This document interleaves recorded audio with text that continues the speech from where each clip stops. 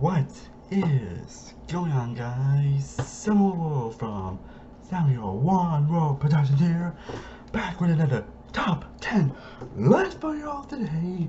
Continuing on with my series of videos discussing my favorite movies from the 1996 to 2022. We're now getting to 2001. Again, I already did 1996 to 2000 so far. If you guys want to check those videos out, I've been having a blast doing this series so far. So let's continue on. Here are my top 10 favorite movies of 2001. And my personal opinion, but I'd love to know your favorites down below in the comments. So let's get to the list, shall we? But of course, as always, before we get to the actual list, let's get into the honorable mentions. And the honorable mentions are Ocean's 11, Rush Hour 2, Shallow Hal, Spy Kids, Donnie Darko, Jimmy Neutron Boy Genius, Monster Ball, Red Hot American Summer, American Pie 2, and the film that just missed the list, the original Jeepers Creepers. All great movies, they just did not quite make the list. Now, kicking out number 10. I won't lie, my number 10 has definitely been a debate, at least on why I want to start this list, because I debated with this movie, Jeepers Creepers, and a few other honorable mentions. Like, it was definitely a debate on what I wanted to be number 10, honestly. But in the end, I decided to go with Black Hawk Down. Another really good movie to make one of these lists. Again, I've always loved this guy. Well, not all of his movies are fantastic, and honestly, I might do a ranking of his movies at some point. Again, once he gets high, he gets really high. And Black Hawk Down is honestly no exception. Damn, like, this is honestly one of my favorite war movies I've seen, and war as a genre I'm not really the hugest fan of, or at least I'm not high on like other movie genres. And because aside from a few exceptions, there have been having many that like hugely stand out. But this one definitely does, honestly. And mainly from it's got style and the direction it goes in, and the excellent performances from actors, the great sequences, the action, and the back and forth between a lot of the characters. This one at least stands out at least a little bit more. I think a lot of that ends, and I think where I think the writing and the actors and the directing really elevates what could really be a generic war movie that I always have a great time going back to. And for me, that's like almost 2.5 hours long. It's paced pretty well, actually. So this is one film I would definitely check out if you haven't already. Definitely, in my opinion, one of Scott's best movies. And now we need to kind of a touchy subject at number 9. And the reason why I'm saying touchy subject because it's the first Harry Potter movie, The Sorcerer's Stone. The reason I'm saying touchy subject because it's unfortunate. Because Harry Potter is definitely a weird thing to talk about nowadays. Honestly, because of the author herself, J.K. Rowling, who was obviously like known for being a terrible person and just being hateful towards certain people. Like, I don't really need to get into details of. I think we all know how terrible J.K. Rowling is as a person. I think unfortunately it kind of makes the Harry Potter movie kind of hard to talk about nowadays. And I know I still have not gotten or played Hogwarts Legacy as a business.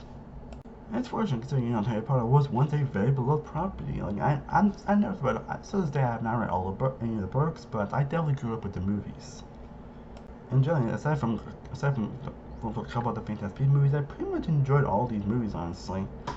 And honestly, the original I think is one of the best, honestly. I mean, again, it does feel like more of a setup movie than anything, but the setup is still pretty fun. You get really introduced to these characters that end up growing and having like great arcs throughout all 8 movies. Does a great job with exploring about what Hogwarts is and the school and everything. Still have a still compelling story and some nice little hints and things to what's to come for this franchise. There's also memorable and iconic moments here as well. Again, the acting is still pretty good for these characters when they were kids. I think some of the effects still do hold up pretty well aside from the Quidditch sequence. As I said, not the effects still really hold up pretty well. Pretty much a lot of aspects still hold up very well with this movie today. And I always do have a great time whenever I come back to it, which, again, it's a film I've always enjoyed, but I've definitely grown to appreciate it a bit more, honestly. It's fortunate that Harry Potter was once a beloved franchise, but now it's kind of become corporate, and also the author is kind of like a terrible person, which makes it less exciting to watch these movies, if being honest. But I'm still going to put in the original, honestly, because I still do really enjoy it. And now we get to my number 8. A film that like really putting in the top 10. But I see the movie no time behind that is the original Lara Croft Tomb Raider. Yes, I'm putting this one in the top 10. And if you've seen the movie, you probably wouldn't know why, honestly. Like, I've always thought it'd be like one of the better figure adaptations that we have gotten. And honestly, it's a film I kind of grown to appreciate the more I watch it. I think especially someone who has now played all the Tomb Raider games. I think I did do a tier list ranking. You guys want to check that out? You guys know how to rank all the games I played in that franchise. Like honestly, it's like one of those movies that just knows what it is, knows what it wants, and it just embraces it. And, okay, it's one of those yeah, it just actually like knows what the audience wants. It doesn't like do anything that like ruins the franchise or anything or deteriorates from the franchise. It's just simple, fun action with Angelina Jolie being fantastic as a character, and some pretty solid antagonists, having some bombastic, crazy, but awesome action set pieces. Even some nice solid effects and directing, honestly. So yeah, I've always enjoyed this movie, and I still do enjoy it, so I think it's definitely more fun to be on this list. I'm not sure what people are going to think it's a lot popular opinion or not, but well, I can't tell you. And then we get to another childhood classic film I also enjoyed watching since it came out, and that is the original Legally Blonde. The original Legally Blonde pretty much one of Reese Witherspoon's best movies. I found basically someone else who seen as a dumb blonde ended up going to law school to impress her. A film that delivers a lot of respect for romantic comedy, but be a little more different honestly when Reese Witherspoon character having a great arc throughout the movie and actually changing a lot throughout. You also getting great performances as well from Luke Wilson, Selma Blair, Victor Garber, Jennifer Coolidge, who easily steals the show in this movie, by the way. Like every scene that she's in, like she's always one of the actors that you just can never enjoy whenever she's on screen. I mentioned in film not just have a lot of heart, but also has some incredibly hilarious and just funny moments that just have a smile and laugh whenever I do watch it. Also now having some great dramatic moments, like that last courtroom sequence is a sequence that I always remember fondly. Overall, it is well directed, well written, delivers on the comedy, delivers on the drama, delivers on the stakes and this movie is going for, and it's just, again, the movie that's very simple, but again, the directing and the writing and the interesting characters do elevate it. So from that, when's least I've always enjoyed, and I honestly still do. The film sequels and the spin-offs, not so great, and for the game planning an actual sequel, so we'll see how that goes, but yeah, I think the original will always be the best.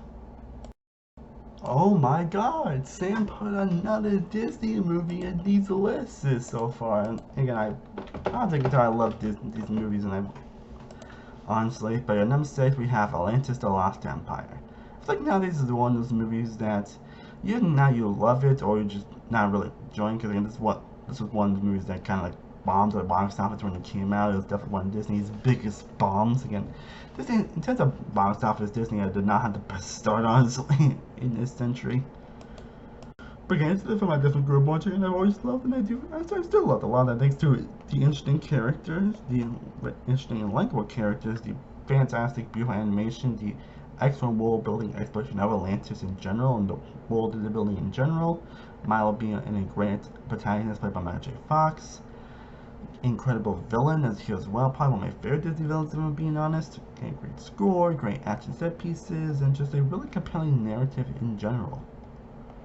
Honestly, well, maybe as I kind of wish for a little bit longer, they did the best that they could, and I still did care about the characters and what was going on.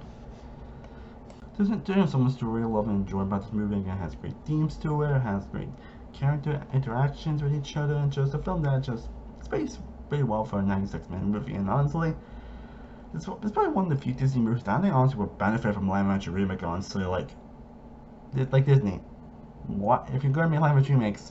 Maybe make something that I think actually are deserving of that. And honestly, I think this is one of those movies, and I'm positive I'm not the only one that thinks that.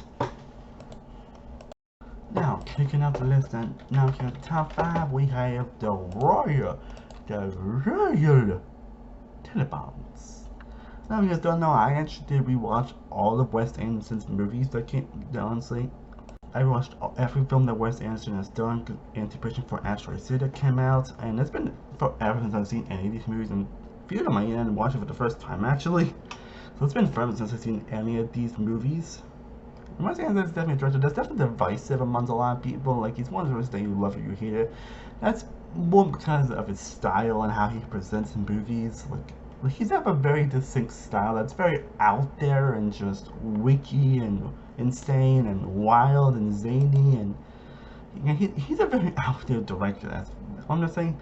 He's a very out there director, and that's kind of what makes him stand out. And it's not going to be for everybody. His style is not going to be for everybody, but I honestly love his style. In fact, I totally forgot how amazing a director he was after rewatching all of his movies. And me, The Royal Tenenbaums is a film I've always enjoyed watching, and honestly it is one of my favorite Wes Anderson movies. Where it best displays his unique style, his zaniness. Kind of you've got fantastic performances from Dan Glover, Gene Hackman, Bill Murray, Gwyneth Paltrow, Ben Stiller, and yeah, its story is actually very interesting and oddly compelling. In spite of all the actions, you can't help but really care for what's going on. Some characters are pretty unlikable sometimes, but you can't help but really admire them, and that's because of the sharp and witty, dry writing here. And find out what's interesting, amazing directing and cinematography. Like, you're running great interactions with characters, along with some nice surprises, actually, that I was like, oh, yeah, I totally got that thing, and that just surprised me. I mean, again, his films aren't good for everybody, but for me, The Royal Tenenbaums has always been one of my favorites for him, and honestly, after rewatching it, it's still one of my favorites. Now, at number 4, and honestly, yeah, another film from my top 4 are basically films that I would put high up on my favorite films of all time, and that is the original Monsters, Inc. I decided I want to see more Pixar movies on these lists, because, again, I love Pixar, and a lot of their movies are high up in my favorite movies of all time. And Monsters, Inc. is, growing up, has always been one of my favorites. And honestly, I still do love it, honestly. This is definitely one of the most rewatchable Pixar movies. It has one of the most fun and entertaining and enjoying stories. It has a very unique concept of obviously monsters scaring children, and then slowly ends up by Boo, and their relationship is greatly developed and amazing throughout the entirety of the movie. You get amazing performances by Billy Crystal and John Goodman here, and Mike and Sully are definitely one of the best duos in any, not just Pixar movie, but any anime movie, period. The chemistry is just off the charts amazing. The world building is great. Rando's a really compelling villain. The humor is just top notch, hilarious, and you get some clients like nothing is more important than our friendship. And Wanders is also a very compelling villain as well. The animation still holds up very well today. The music is top notch as well. And then you get probably one of the most emotional endings in any Pixar movie, and that's saying something, because Pixar is known for emotional endings and known for emotional moments in general, and Monsters Inc. still gets me every time. Like, this movie has like so many melancholy moments, some of the best that Pixar has done, and I don't think I necessarily more my Monsters Inc. is such a classic. I always adored this movie, and it's definitely high up. Again, another film that's definitely high up in my favorite movies of all time. Now we're in the top 3 people, and coming in at number 3 we have Spirited Away. Spirited Away. Yes, of course I didn't include Spirited Away on this list, and just look at my surprise that it's actually not one, honestly, because this is known for being the best film that Studio Ghibli has done, honestly, and to be honest, I agree. It is personally my favorite film from Studio Ghibli. It's definitely the most relatable, the most emotional, has the most simple story, but one of the most simple stories, but the way it enhances that story is just incredible. The themes and the messaging that it tells is just perfect, and still is on to after it's very day. Like do I need to say why Spirited Away is amazing? It is a masterful anime classic with breathtaking animation, the most beautiful sequences in any animated movie, some very great and likable characters with great voice acting, and moments that would just leave you just, again, like I said, I did watch it for the first time when I watched all the movies, and the reason why people consider this film to be the best Ghibli movie. So many great and memorable moments, some of the most beautiful music in any animated movie out there. A film that still has its humorous moments, but also its emotional, heartbreaking moments. And I don't think any of say why this movie is so great. Again, I should probably enjoy the other two just a teensy weensy hair a bit more. And if you see the other two movies I'm talking about, you probably wouldn't know why. But just don't take away that Spirited Away is an animated masterpiece for a goddamn reason. And in my opinion, it is the best film that Studio Ghibli has done. Number two. We have Lord of the Rings, The Fellowship of the Ring. The ring. Lord of the Rings. It's crazy that it's been 20 years since this trilogy came out. It's like at least 22 years since this one came out, 21 years since 2000, 20 years since Return of the King. Man, this is by definition of damn, I feel old. But again, Lord of the Rings is probably one of the best trilogies, if not the best trilogy of all time. Like, I always debate between this trilogy and the Dark Knight trilogy as my personal favorite. And I can definitely see the argument going to one or the other, honestly. I always debate between those two films as my favorite trilogy. I don't know for why I just said Dark Knight, but after rewatching this trilogy, I was like, is this what people said to be the best trilogy of all time? I didn't really know how to see why, honestly. Spoiler, you probably definitely will see the other two movies high up on my next two videos on 2003, because they are both fantastic films. And Fellowship of the Ring is still a fantastic film that really sums up the world of Middle Earth, says you have these interesting and likable characters, the story, the objectives, and the overall goal in this movie, and what you can expect from this world in the other movies. While having some great and hilarious moments, some really surprising moments, some sort of getting more iconic ones like "You shall not pass."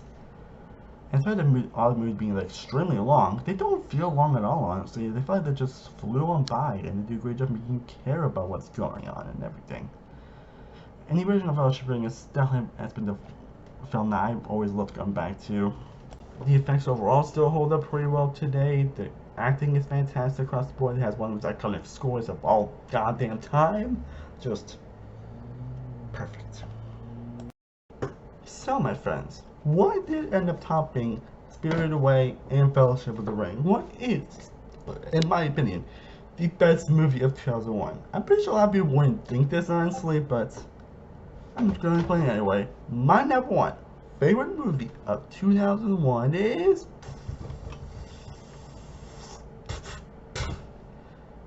Shrek, the original Shrek. I hear that that's still a huge pop culture icon to this very day, and for goddamn good reason. And I'm gonna say this: the original Shrek is the film that I have seen more than any movie ever. And that was unintentional, because this would be the movie that they would show constantly at like my elementary school, middle school, even high school. They would always like play this movie most of the time. And honestly, I never got sick of this movie. I never got tired of the original Shrek. It's still an iconic movie to this very day, and for good reason. Like, the only say was iconic, again, the film that basically pokes fun at the fairy tale genre. You know, got the iconic films, so Mike Myers as Shrek, Cameron Diaz as Fiona, Eddie Murphy as Donkey, who I think are the best characters to appear in any animated movie. Well, the movie does tell a very heartwarming story about a guy who basically feels like who basically feels like he's judged before people even know him, and that's why he's seen as being scary, or he wants to be scared, and why he ends up being in his swamp alone all the time, because in reality he just wants to be loved, he just doesn't want to be constantly judged. Which makes for a very compelling narrative throughout, honestly. It also has one of the few times where that misunderstanding trope doesn't really look like a huge problem, honestly, because that was kind of like a huge thing in these movies at the time. But you get great moments of characters bonding, you get some iconic songs, of course, you got All Star, which is an iconic jam that which obviously is an iconic jam out song. I believe it here as well is also iconic here as well. Like, the music is just slaps, and honestly, 22 years later, it still freaking slaps. The animation still holds up pretty well.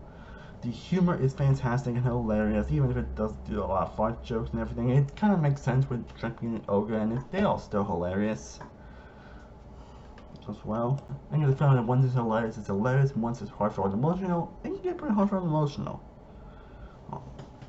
And this was the film that basically put DreamWorks on the map, honestly. And again, while they had a couple movies before this, obviously, this was the film that basically put them on the map. That put them like, hey, they could be a successor to Pixar and Disney, honestly.